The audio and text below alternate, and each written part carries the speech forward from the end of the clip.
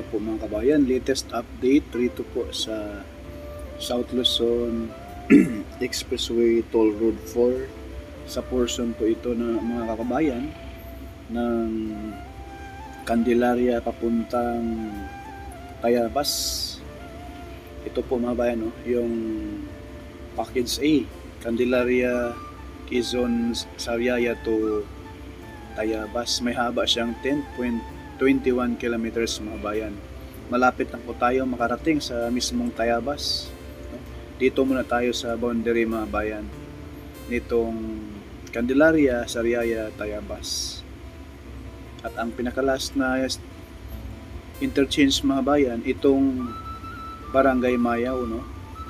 Na may habang 9.96 kilometers mga bayan. Yan po, masisilayan po natin yung mismong package A ngayon. May mga drone shot din po tayo mga bayan para hindi po kayo malito, no? Paki-share na rin at like na rin sa ating panibagong update rito po sa SLEX TR4. Ayan po yung mapa mga kabayan, no? Noong nakaraang araw dito tayo nag-update sa bandang Chaong Candelaria. Ayan, masisilayan natin yung boundary na yan. At ngayon dito tayo sa Candelaria, Sariaya papuntang Tayabas, na kung saan dito sa mismong Candelaria, ito mga bayan, no? Yan, nilagyan natin ng circle. Diyan po tayo mag-update ngayon mga kabayan, no? Yan na po yung boundary. Yung kulay itim na yan mga bayan ay ilog po yan, no? Ilog na po yan mga bayan papuntang Tayabas.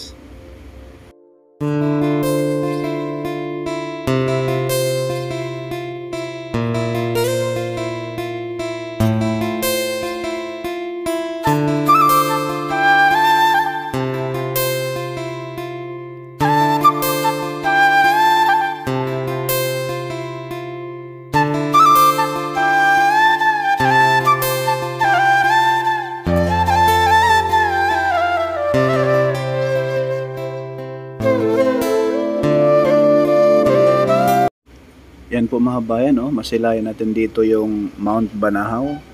Paki-share po mga bayan, paki-like na rin po sa ating update ngayon dito po sa SLEX TR4. At wag po tayong mag-skip sa ads mga bayan, at suportahan niyo na rin po sa aking pag-vlog dito sa SLEX TR4. Maraming salamat. Ayan po mga bayan, oh.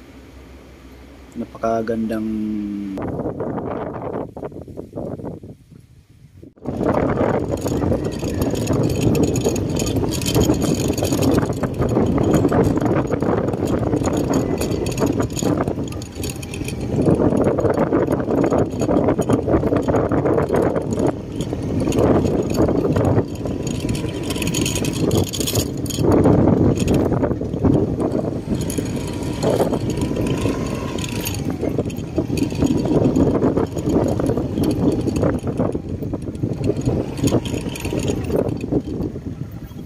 yan na yung alignment mga kabayan, no? Ito na. Tsaka may culvert dito.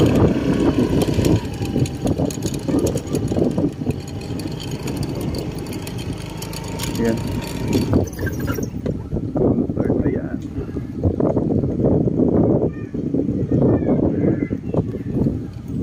Uy, naupa.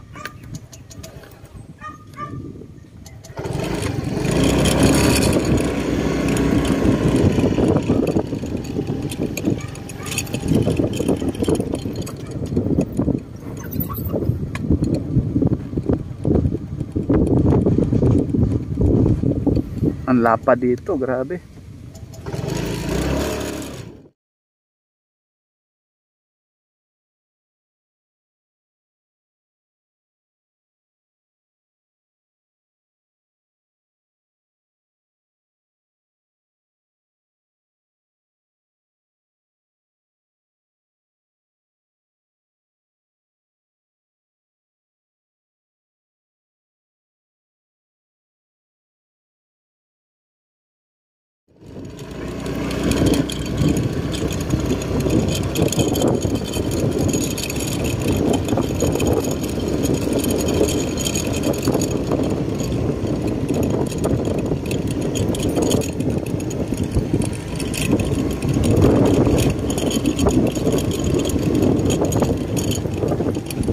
May ilog pala rito mga kabayan, no?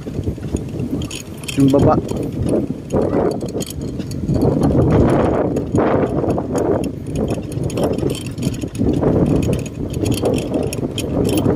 Ilog, oh.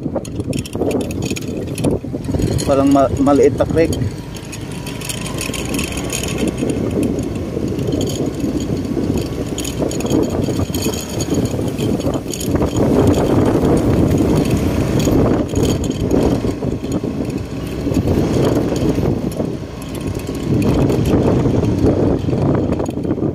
Ayan, alignment na po rito mga kabayan, no?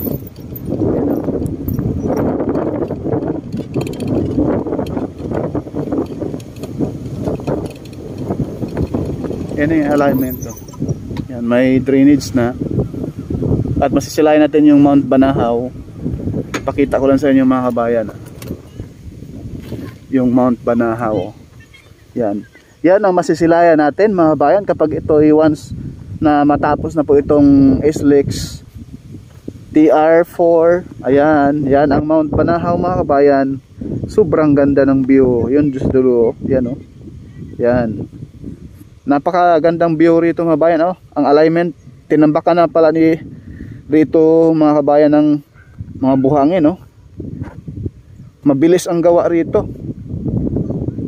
Kasi nung pumunta tayo rito nung nakaraang nung December 2023, dito po ay ganito pa lang, patag pa lang, no?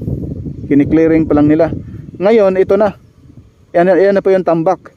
Itong portion na ito ay sa Sariaya, Quezon, no? Try nating pumunta doon sa pinakadulo, sa bandang Lucena na. Let's go. Porca Studio, hindi sikat mga kabayan, ha, pero nagbabalita ng tapat. Kaya subscribe na tayo, like and share, ano? Maraming salamat. Ayan yung alignment.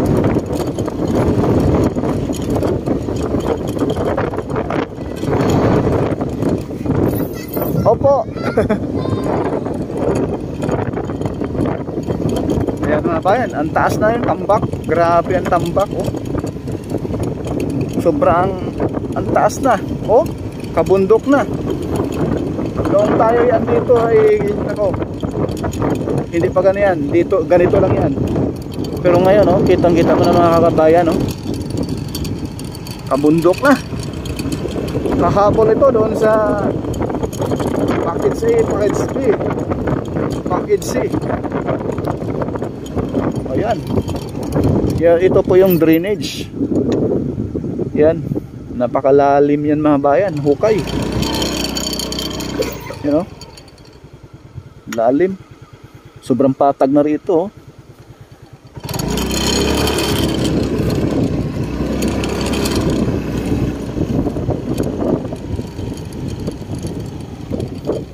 Yan po yung alignment dito mga kabayan, no? So, dito sa kabilang side, grabe ang kinis na. Yan, no? Hanggang doon, sobrang kinis na po yan mga kabayan, no? At ngayon wala muna nagtrabaho, lunch break pa, no? Lunch break, break time dahil mag-alas 10 ng tanghali ng umaga. Kaya nagmerienda muna yung ating mga kababayan na nagtrabaho rito. Pupunta tayo doon mga bayan.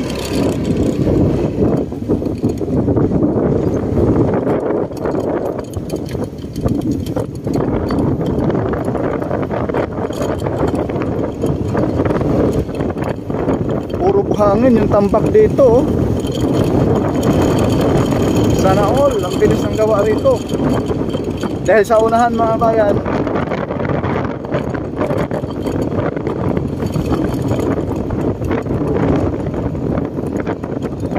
dito tayo nag-update dati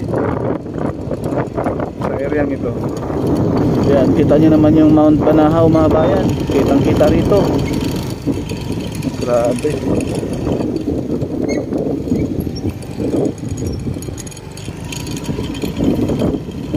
Dito magkakaroon ng tulay dahil malaki yung creek dito. Yan, kabundok na yun.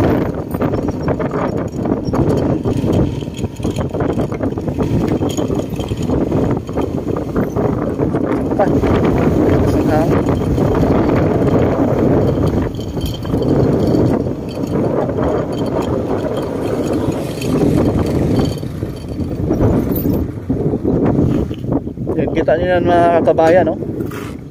Yung mismong Mount Banahaw, oh.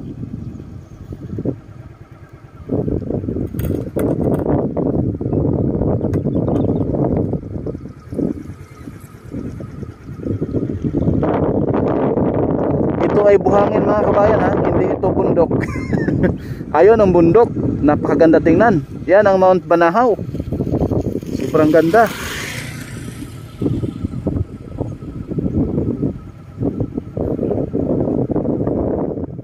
Yan lang po muna mga bayan yung ating update sa Islik Star 4. Forecast studio hindi sikat pero nag-aabot ng balitang tapat at magandang umaga po sa lahat.